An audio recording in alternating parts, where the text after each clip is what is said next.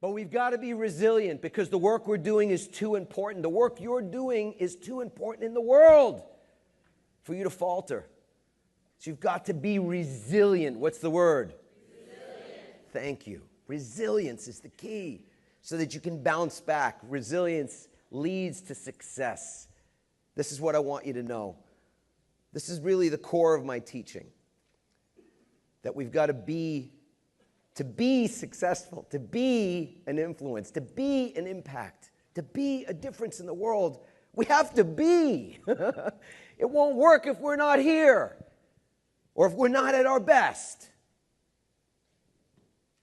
So I love this Harvard Business Review study that compared high-performing athletes, the ones that are in the Olympics, that are standing on the podium with the gold medal, and they compared those athletes to people that were high performers and high achievers in other areas, including in business and in careers.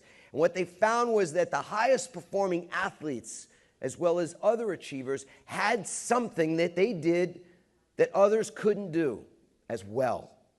And that is to recover. What's the word?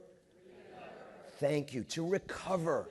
They recover quickly. They bounce back quickly. That's what helps them to succeed mentally, emotionally, physically, and spiritually. They have rituals for recovery. So we have 3 keys to resilience that we teach, and I want to share them with you very quickly now. The 3 keys are that you reframe. Look, we all know the pressure. We all know the situations, the stories of things that go wrong, that are difficult. The question is, can we reframe those situations in a positive light? This is not positive thinking. This is power thinking. To see what's right with the world. DeWitt Jones gave a beautiful TEDx talk about that. What's right with the world. There's a lot of what's right with the world is in this room right now. Yes? Yes. So you reframe.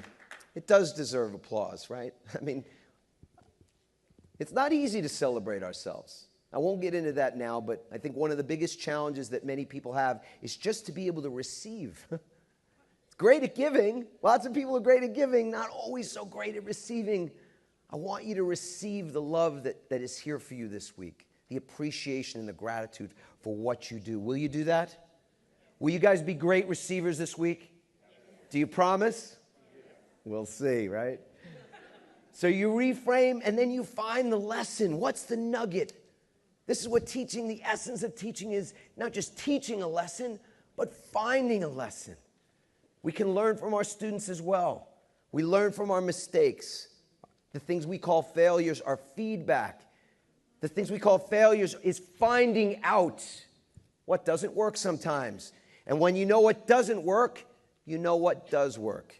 It's a very interesting, curious relationship between those things. And then lastly, you create rituals for recovery, because this is the key, that we recover, and we recover quickly, and we bounce back even farther and higher and stronger than we were before.